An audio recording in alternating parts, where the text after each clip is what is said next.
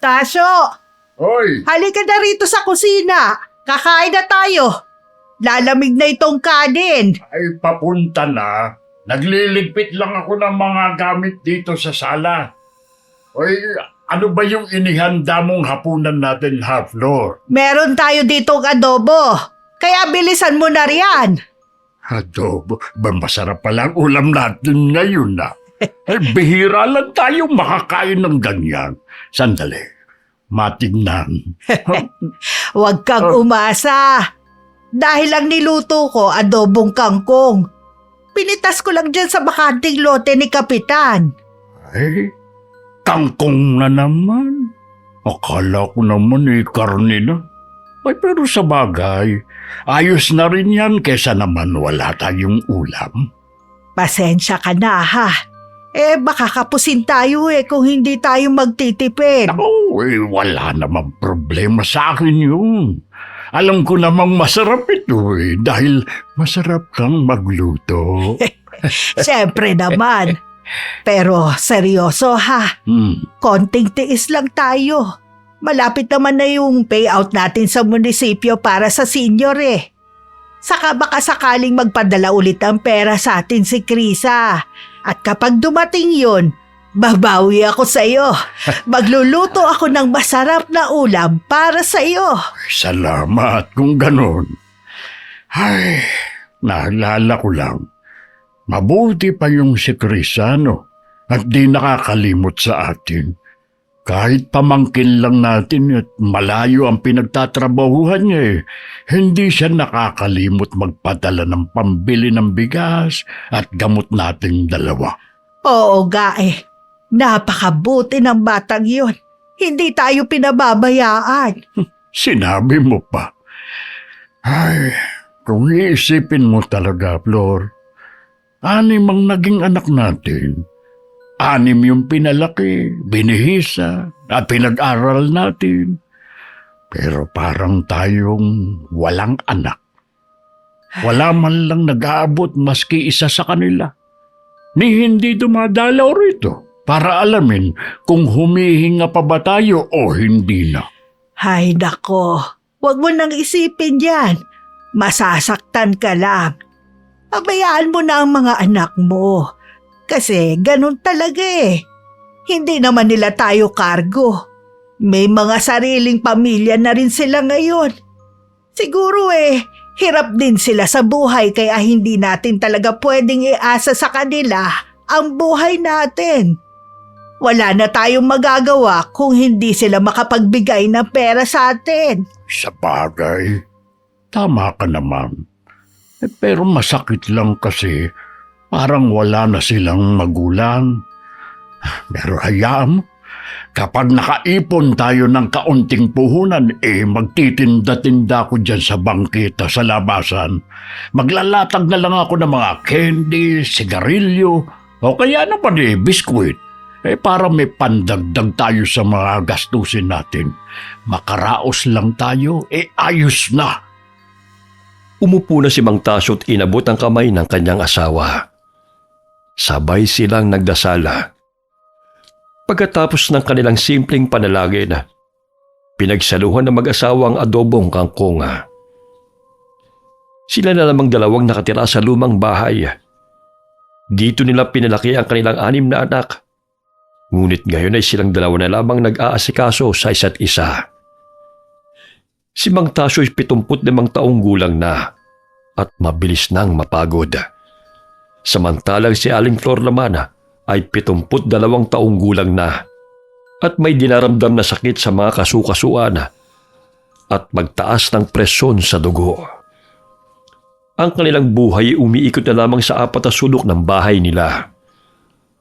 Ramdam na ramdam ang kalungkutan dahil sa kawalan ng ingay ng sarili nilang mga anak na matagal nang hindi nagpapakita sa kanila. Matapos ang hapunan, nilinis ni Aling Flor ang mesa habang si Mang Tasyo naman ay nagkandado ng pintuan. Pumasok na silang dalawa sa kanilang silid at humiga na ang mag-asawa. Nakaunan si Aling Flor sa braso ni Mang Tasyo. Parehong nakatingin sa kisame ng bahay. Sa mga ganitong oras, kapag nakahiga na sila at wala nang ibang ginagawa, doon mas tumitindi ang pangungulila nila. Hindi nila mapigilang maalala ang nakaraan na. Ay, naaalala ko na naman ng mga bata. Malapit na naman ang Pasko. Pero mukhang hindi na naman sila magpaparamdam sa atin. Bakit kaya ganun, Tasyo? Ganun ba sila kaabala sa buhay at pamilya nila para hindi man lang tayo maalala? Maaaring ang ganun. Mahirap ang buhay ngayon eh. Kaya siguro doble kayod sila para sa mga apo natin. Pero kahit isang araw lang sana. Kahit sumilip lang sila. Miss na miss ko na sila eh. Miss ko na yung ingay nila, saka yung mga yakap nila sa atin. Nung maliit pa sila, naalala mo, siksikan tayo dito nun sa kama na ito. Lalo na kapag may kulog. Kapag kumukulog, gusto nila na kasama o katabi tayo. Kaso ngayong matatanda na tayo, ngayong kailangan na rin natin ng kasama. Wala na sila. Iniwan na nila tayo. Masakit, Tasyo. Napakasakit sa akin na para tayong basura na itinapon na lang pagkatapos nilang mapakinabangan. Dahan na, Flor. Huwag ka nang umiyak. Baka tumaas na naman ang presyon ng dugo mo. Mas lalo lang tayong magkakaproblema kapag nagkasakit ka. Hindi ko lang kasi mapigilan, Tasyo. Alam mo ba, gabi-gabi ko silang ipinagdarasal. Tapos hinihiling ko rin sa Diyos na sana paggising natin bukas, may kumatok naman sa pinto natin. Yung hindi naman tao na magpapatayan ng weteng, ha? Kundi isa sa mga anak natin na magsasabing, Nay, Tay, nandito na po kami. Binibisita namin kayo. Yun lang naman ang gusto kong marinig, Tasyo. Bago man lang ako mamatay. Uy, ano bang patay-patay ang sinasabi mo? Matagal pang mangyayari yan. Malalakas pa tayo. Sus, wag na nating lokohin ang mga sarili natin. Matatanda na tayo. Pareho na tayo mahina. At saka, isang pirma na lang ni San Pedro todas na tayo. Uy, ano ba namang klaseng biro yan, Flor? Pwede bang wag mong gawing biro ang tungkol sa kamatayan? Nalulungkot ako kapag naririnig kong nagsasalita ka ng ganyan eh. Parang gustong-gusto mo na talagang mamatay. Hindi naman sa gusto ko nang mamatay. Ang sakin lang totoo namang doon na rin tayo papunta. Pero sana, kapag dumating ang araw na yon, sana, Tasyo, mauna akong mamatay sa iyo. Abay, nakakakilabot naman yung sinasabi mo. Tumigil ka na nga. Ay, mabuti pa. Matulog na tayo, ha? Sige na. Naisip ko lang naman. Kasi diba, kung mauuna ka, kawawa naman ako. Sa ating dalawa, ako ang mahina ang loob. Ikaw itong matapang. Kaya mong mabuhay mag-isa. Kaya mong panindigan ang sarili mo. Hindi ka magiging kawawa. Kaya mas mabuti nang ako ang mauna. Dahil alam kong hindi mo ko pababayaan hanggang sa huling sandali ko. Totoo naman ang lahat ng sinabi mo. Pero ayaw ko na munang isipin yan. Matulog na tayo. Kailangan na nating magpahinga dahil mahaba na naman ang araw natin bukas. Ipinikit na mag-asawa ang kanilang mga mata habang magkayakap. Kinabukasan na. Maagang nagising ang dalawa para simulan ang kanilang araw. Habang nagkakape sila, nakarinig sila ng malakas na katok sa pintuan.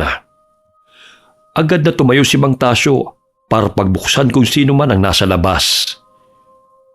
Pagbukas ng pintuan, agad nagpakilala ang dalawang lalaki. Dala nila ang mga dokumento at ang mismong orihinal na titulo ng lupa nilang mag-asawa. Nanlaki ang mga mata na matatanda. Wala silang kaalam-alam na matagal na palang ninakaw ng panganay nilang anak ang titulo mula sa kanila. Ipinaliwanag ng dalawang lalaki na pag-aari na nila ang kanilang bahay at lupa. Nalaman nilang pinekan ng kanilang anak ang kanilang pirma sa isang dokumento na tinatawag na Special Power of Attorney na halos 10 taon nang nakakaraan na. Ginamit ito ng anak nila para isanla ang ari-arian. Pero hindi ito nabayaran ng kanilang anak, kaya niririmata na ito ngayon. Hindi makapaniwala ang dalawa at wala na silang nagawa kundi ang umiyak. Gustuhin man nilang lumaban at patunayang peke ang mga pirma, ay wala naman silang pambayad sa abogado at wala silang kakayanan na iakyat ito sa korte dahil sa labis na kahirapan at katandaan. Tuluyan ang kinuha sa kanila ang kanilang naipundar. Ano nangyari, Tasyo? Bakit to ginawa sa atin ng anak natin? Hindi ko rin maintindihan, Flor. Hindi ko talaga lubos maisip na magagawa niya sa atin ito. Sariling anak natin, ninakawan tayo. Pinag-aral natin siya.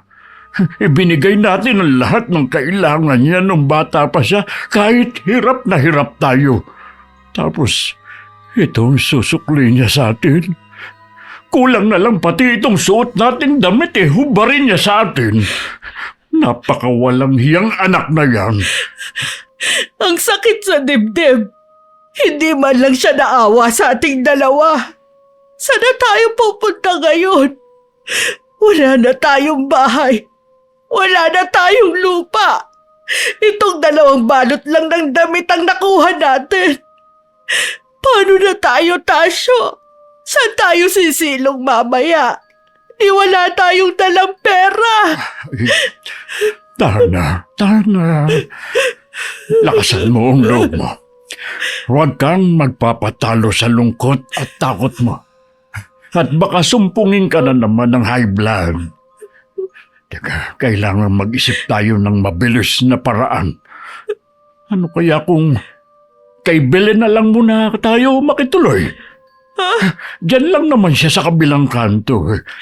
Puntahan natin siya ngayon at makiusap muna tayo sa kanya. Ha? Teka, kay Belen. Tasyo, matagal na natin siyang hindi nakakausap. Taon na ang binilang mula nung huli siyang bumisita sa atin. At hindi naging maganda ang huli nating pagkikita. Sigurado ka bang tatanggapin niya tayo? Nahihiya ako. Baka ipagtabuyan niya tayo eh. Ay, ako man nahihiya rin. Mahirap ibaba ang pride ko bilang ama niya. Pero ano magagawa natin? Wala na tayong pagpipilian ngayon. Hindi naman tayo pwedeng magpalipas ng gabi sa kalsada. At saka, anak pa rin natin siya. Dugo natin. Ay, siguro naman, may natitira pa siyang awa para sa ating dalawa. At kung wala, edi, magmakaawa tayo. Sige, Tasyo. Susunod ako sa gusto mo. Wala naman talaga tayong ibang mapupuntahan kundi sa kanya. Dahil yung ibang anak natin nasa kabilang barangay. Tapos yung iba naman nasa abroad na. Sana lang talaga pakinggan niya tayo at kupkupin. Tutal, wala naman siyang inaalala dahil hindi naman siya nagkaanak sa asawa niyang namatay, hindi ba? Oh, ako bahala. Ako nang kakausap sa kanya. Sasabihin ko na pansamantala lang naman tayo sa bahay niya at ipapangako ko rin na hindi tayo magiging pabigat. Hoy, halika na. Maglakad na tayo. Aalalayan na lang kita at baka sumakit na naman yung tuhod mo. Kumapit ka ng mahigpit sa braso ko, ha? Oo. Pupunta na tayo kay Belen. Bit-bit ang 2 supot ng damit.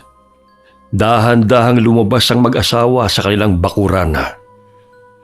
Sa punimang taso ang braso ni Aling Flora. Nahirap na hirap sa paghakbang dahil sa sumasakit na tuhod. Nilakad nila ang kahabaan ng kalsada patungo sa bahay ng kanilang anak. Pagdating nila roon, nadat na nila si Belen na nakatambay sa harap ng kanyang bahay. Salubong kagad ang kilay ng kanilang anak nang makita silang may bitbit na gamit. Mabigat agad ang naging pagtanggap ito at tahasang sinabi na wala silang pwesto sa loob ng bahay dahil malit lamang ang kwarto niya. Ayaw talaga silang tanggapin ni Belen. Ngunit nang sabihin ni Mang Tasyo na hindi naman sila magiging pabigat dahil may pensyon silang dalawa at may buwan ng padala pa ang pamangkin, biglang nagbago ang isip ni Belen.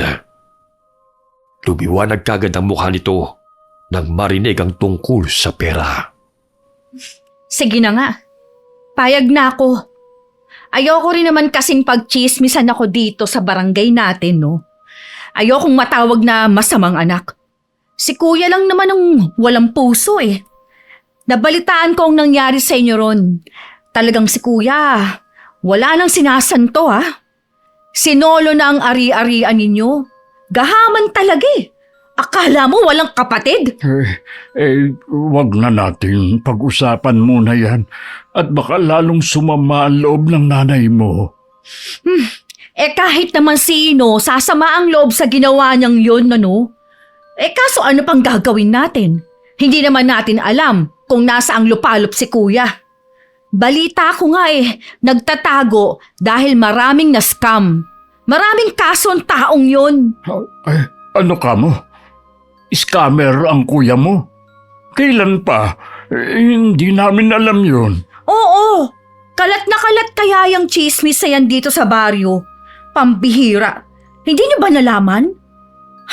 Pero pabayaan niyo na nga yung tao na yun. At mabuti pa, pumasok muna tayo sa loob ng bahay at doon na natin pag-usapan ng mga patakaran ko dito para hindi tayo magkaproblema. Naglakad na si Belen papasok sa kanyang bahay. Sumunod ang mag-asawa sa kanya. Inalalayan ng mabuti ni Mang Tasyo si Aling Flor sa paghakbang sa may pintuan. Malit lamang ang sala ng bahay at may mga nakatambak na gamit sa gilid. Magulo at marumi. Dumiretso sila sa may kusina at doon naupo ang matatanda sa dalawang silya, habang si Belen naman ay humarap sa kanila para simulan ang paglalatag ng mga kondisyon. Nay, Tay, ang gusto ko sana, habang nandito kayo sa poder ko, ako ang hawak ng budget natin para sa mga gastusin dito sa bahay. Ako ang hawak ng pensyon ninyo at ng padala ni Krisa. Ha? Ikaw ang hahawak ng pera namin? Paano naman? Oo, sige. Sige, payag kami, anak. Basta patuloyin mo lang kami rito. Mabuti naman at payag kayo. Ayoko kasi ng magulo pagdating sa pera. Ibigay niyo sa akin yung ATM ninyo sa pension, ha? Tapos, kapag dumating na yung impormasyon tungkol sa padala ni Krisa, ipaalam ninyo kaagad sa akin, ha? O kaya naman sa pangalan ko na lang ipadala. Ako na ang bahalang manguha para hindi na kayo mahirapang kumuha ng padala sa bayan. Sige, anak. Ibibigay namin sa iyo ang pera. Pero pwede bang tirhan mo ang nanay mo ng pambili niya ng gamot? Kasi bukod sa maintenance niya sa kanyang presyon, madalas ding sumakit ang rayuma niya. Yun lang naman ang hiling ko, anak. Naku, wag niyo na hong problemahin yun. Ako na ho ang bibili at mag-aasikaso sa gamot at sa pagkain ninyo. Ang gawin niyo dito, mag-relax lang kayo. At kung wala kayong magawa, pwede naman kayong magligpit ng mga kalat dito. Hindi naman mabigat na trabaho ang pagwawalis at pagliligpit, hindi ba? Parang exercise nyo na rin, Tay. Hanay? Oo, walang problema doon, anak. Salamat, ha? Salamat sa pagpapatuloy mo sa amin. Walang anuman. Sige, dyan na muna kayo, ha? Naghihintay ng mga kalaro ko dun sa bingguhan. Kayo nang bahala muna dito. Sandali lang anak. May mailuluto bang pagkain rito? Hindi pa kasi kami nag-aagahan ng tatay mo eh. May tirang kanin dyan sa kaldero. Kaya lang walang ulam. Tumingin na lang kayo dyan kung ano yung pwede ninyong maisahog sa kanin ninyo para magkalasa. Aalis na ho ako. Ayoko mahuli. Umalis na si Belen at naiwan ng mag-asawa sa kusina. Binuksan ni Aling Flor ang kaldero at sandaling tinitigan ng bahaw na kanin. Naghanap si Mang Tasyo sa mga kabinet at nakakita ng isang garapon na ginamos. Kumuha rin siya ng 2 pirasong kalamansi. Piniga nila ang kalamansi sa ginamos at yun ang inulam nila. Tahimik nilang pinaghatian ang kakarampot na pagkain. Maibsan lamang ang matinding gutom sa kanilang sikmura. Lumipas ang 3 buwan na ganito ang naging buhay na matatanda sa poder ng kanilang anak. Ibinibigyan ni Mang Tasyo at Aling Flor ang pera nila. Bumibili naman ng gamot si Belen para kay Aling Flor, pero labis nitong tinitipid ang pagkain ng mag-asawa. Araw-araw ay ginamos o kaya naman toyo o asin ang sinasahog nila sa kanin.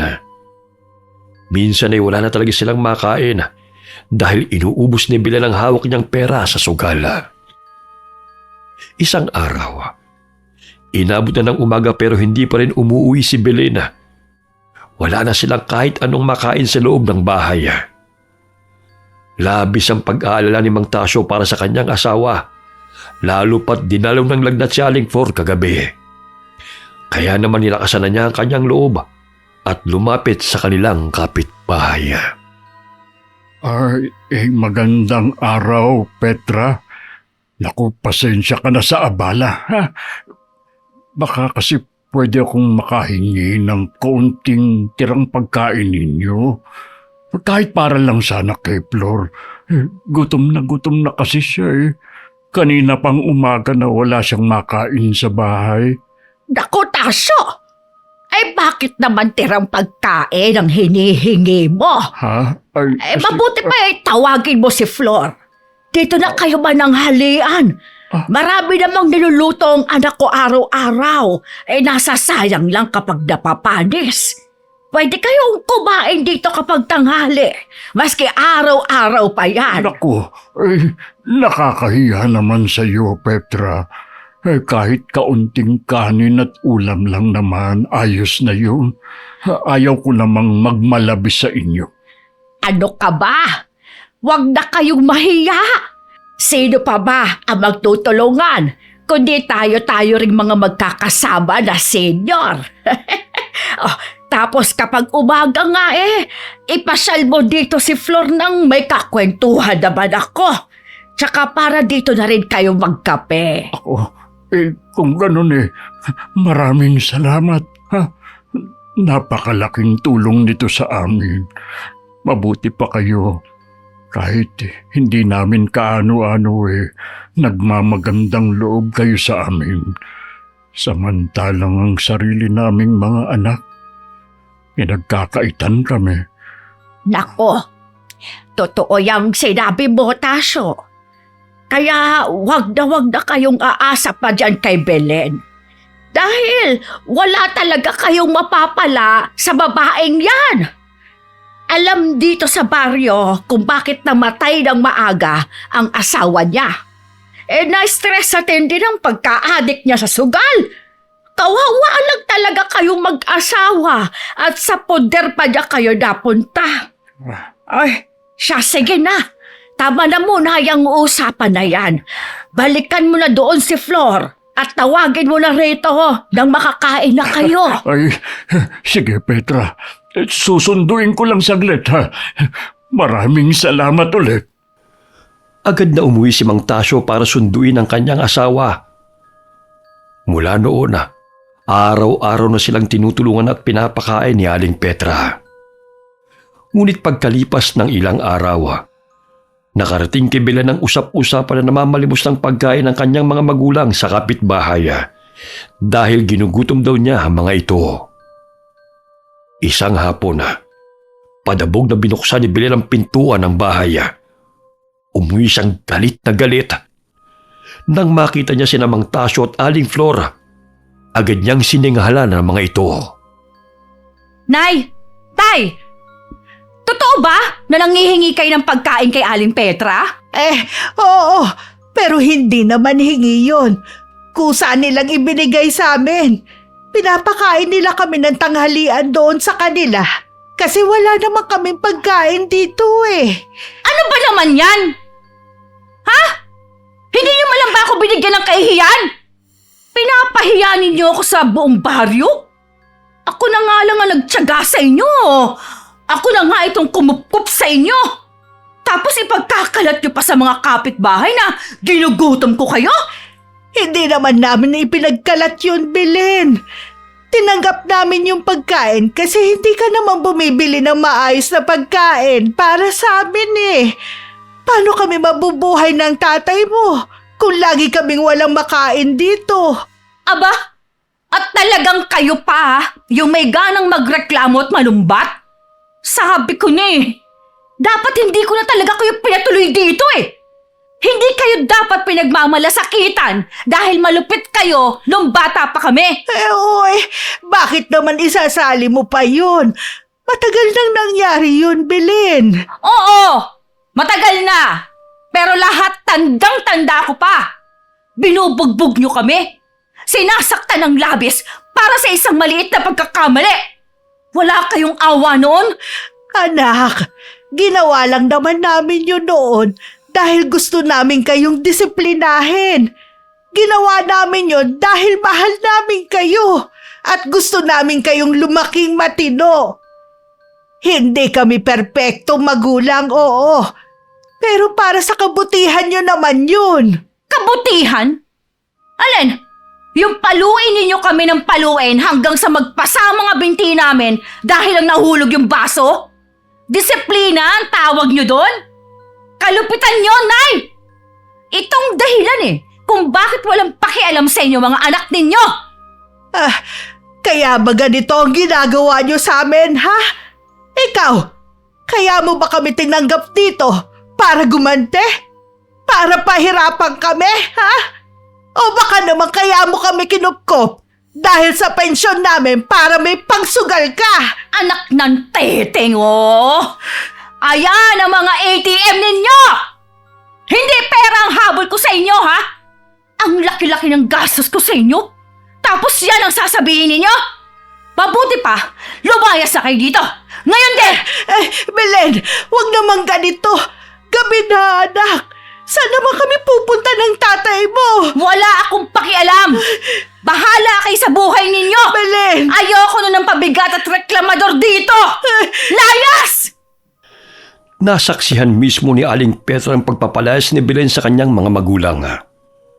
Naawa siya ng gusto sa mag-asawa, kaya agad niya itong tinawag at pinatuloy mismo sa loob ng kanyang bahay para doon magpalipas ng gabi.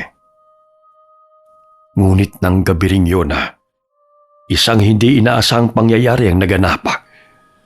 Dahil sa labis na sama ng loob at pagod, inatake ng high blood si Aling Flora. Tahimik siyang pumano ng hindi man lamang namamalayan ni Mang Tasyo na katabi niyang natutulog. Kinaumagahan, ganun na lamang ang hagulgol ng matandang lalaki nang mapansin na hindi na gumagalaw ang asawa at malamig na.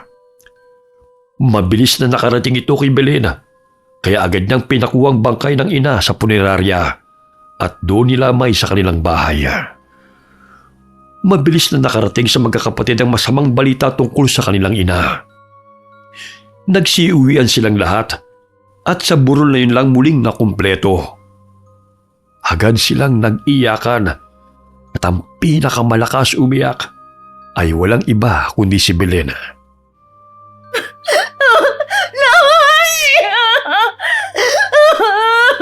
Bakit niyo po kami iniwan? Diyos ko! Kung alam ko lang na mangyayari ito, sana hindi ko kayo pinalayas. Matawad, Day! Mahal na mahal ko po kayo! Tama na yan, Belen. Tumahimik ka. At kayo, Kayong lahat ng mga anak namin, huwag kayong umiyak. Huwag ninyong sasabihin na mahal ninyo ang nanay niyo. Dahil hindi na niya yan maririnig. Noong buhay pa siya, nasaan kayong lahat? Wala, di ba? Hindi niyo kami madalaw. Tapos ngayon, iiyak-iyak kayo sa bangkay niya. Tay, nagsisisi na po kami. Patawad po, Tay. Patawad po talaga. Hindi ko ginusto na magkaganito ang nanay. Maski sila ho, si kuya, nagsisisi din yan. Maniwala kayo sa amin. Pinagsisisihan na namin ang mga naging pagkukulang namin sa Nagsisisi kayo? Para saan? Para ipakita sa mga tao rito na mabubuti kayong anak. Kung kailan pantay na mga paan niya, saka kayong papalahaw ng iyak. Noon sana, nung gumagalaw pa siya, nung nakakakilos pa siya, nakakarinig, nakakakita, doon sana, doon niyo ipinaramdam yung pagsisisi niyo at yung pagmamahal niyo sa kanya. Ano ba yan, Tay? Tama na. Huwag mo na kami sumbatan. Masakit din naman sa amin to eh. Kaya lang naman kami nagkaganito dahil sa tindi ng sama ng loob namin sa Oo! inyo eh. Malupit kami noon. Pero tama bang gantihan ng anak ang naging pagpapahirap ng magulang sa kanila noong araw? Yan ba ang natutunan ninyo? Sige, kung sa tingin ninyo tama yung ginawa ninyong pagpapabaya at pagpapalaya sa amin dahil sa galit ninyo, siguro naman nakabayad na kami sa inyong lahat. Nakuha na ninyo ang kabayaran. Buhay ng nanay niyo naging bayad. Patay na siya ngayon. Kaya sana, masaya na kayong lahat. Matapos sabihin niyo na, napaupo na lamang si Mang Tasyo sa sila sa tabi ng kabaong at tuluyang napahagulgol. Natahimik ang lahat sa loob ng sala. Walang sino man sa magkakapatid ang nakasagot o nakaimik sa mga sumbat ng kanilang ama. Nakayuko lamang silang lahat habang umiiyak dahil sa tindi ng hiya at pagsisisi. Si Belen naman ay napaluhod sa semento habang nakakapit sa gilid ng kabaong. Paulit-ulit siyang humihingi ng tawad sa kanyang nanay. Mabilis na lumipas sa mga araw ng pagdadalamhati at tinala na si Aling Flor sa kanyang huling hantungan. Pagkatapos ng libing, agad din nagsiuwian ng magkakapatid para bumalik sa kanilang mga buhay.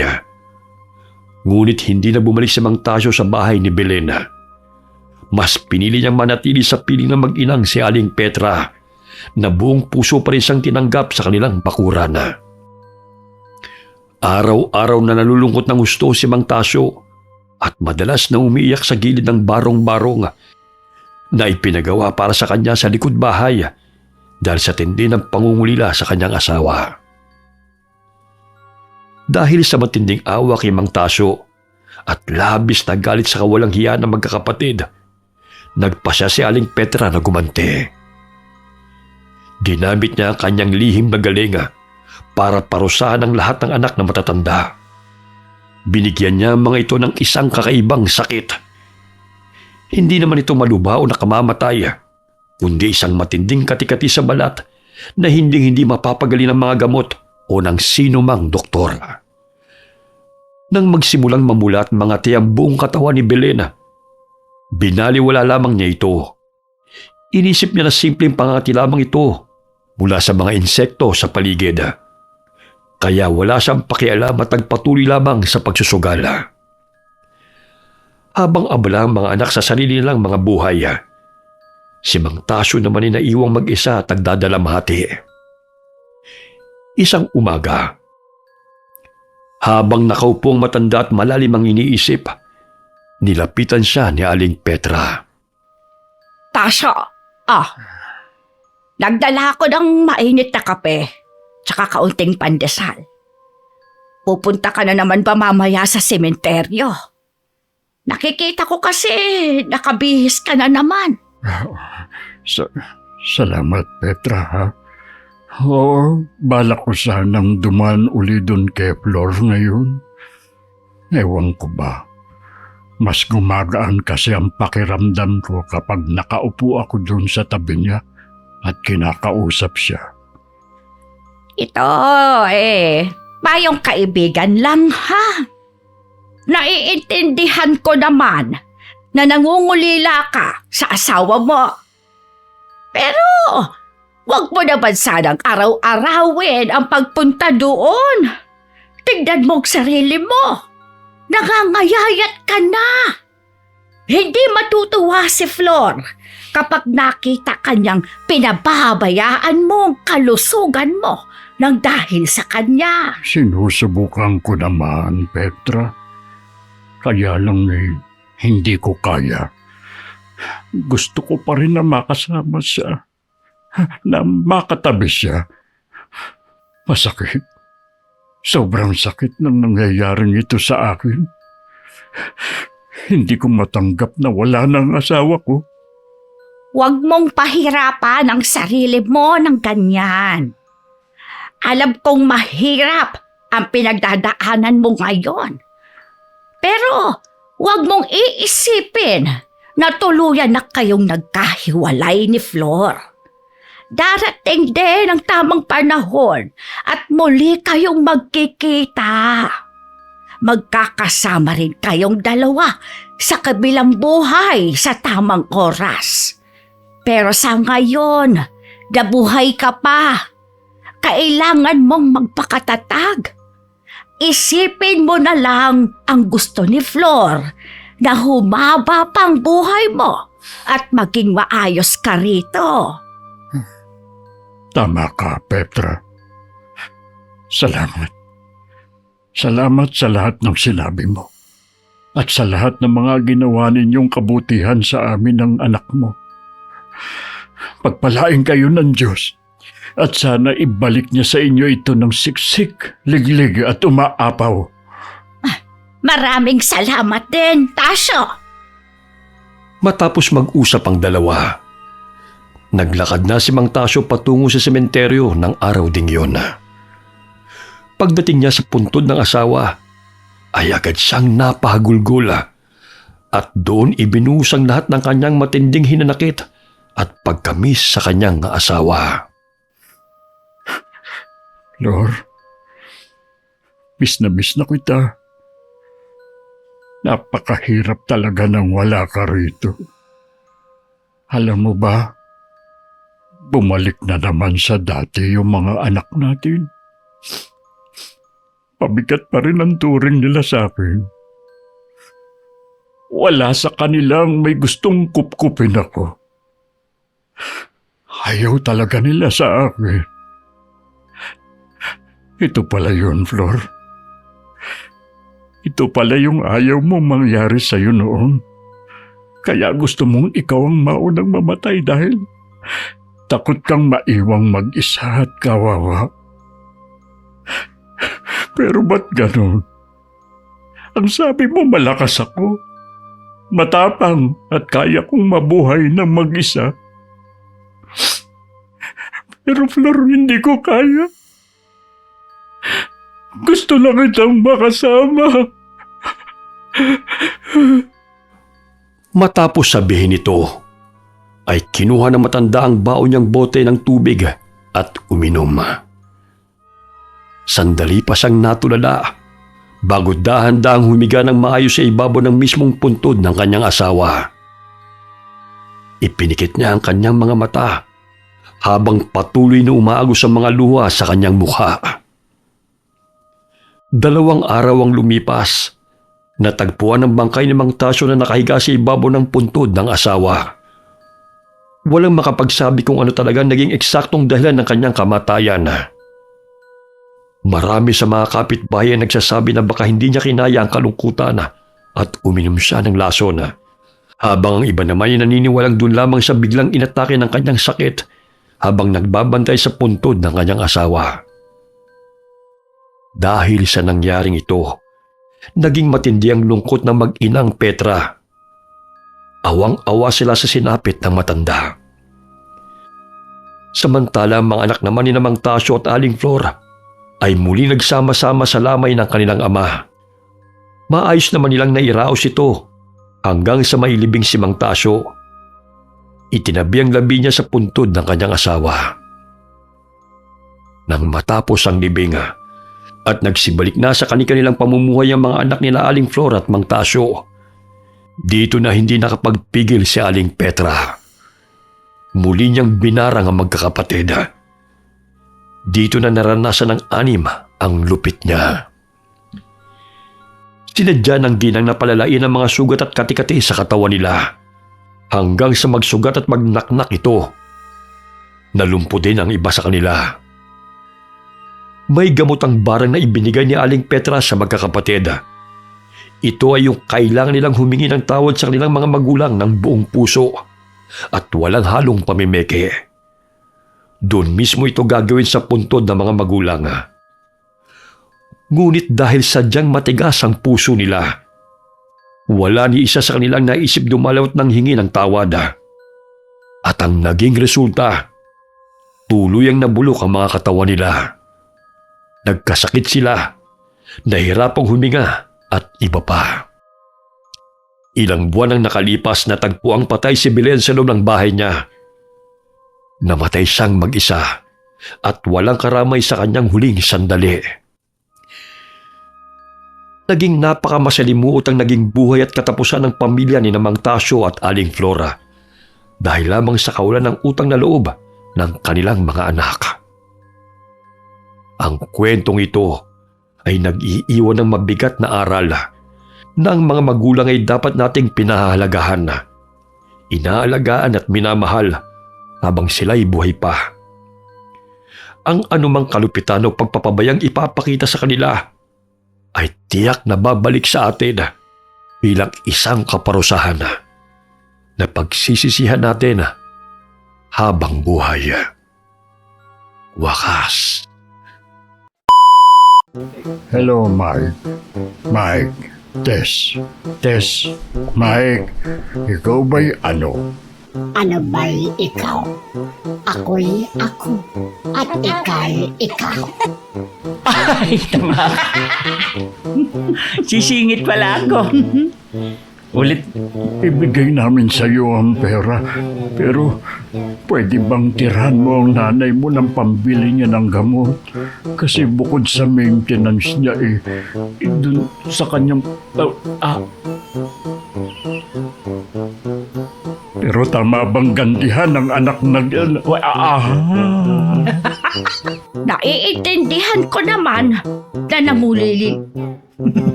Nanguliling. May Liling ka? Gustuhin man nilang lubul. Gustuhin man nilang lumaban at patunayang pineke. Gustuhin man nilang lumaban at patunayang bigay.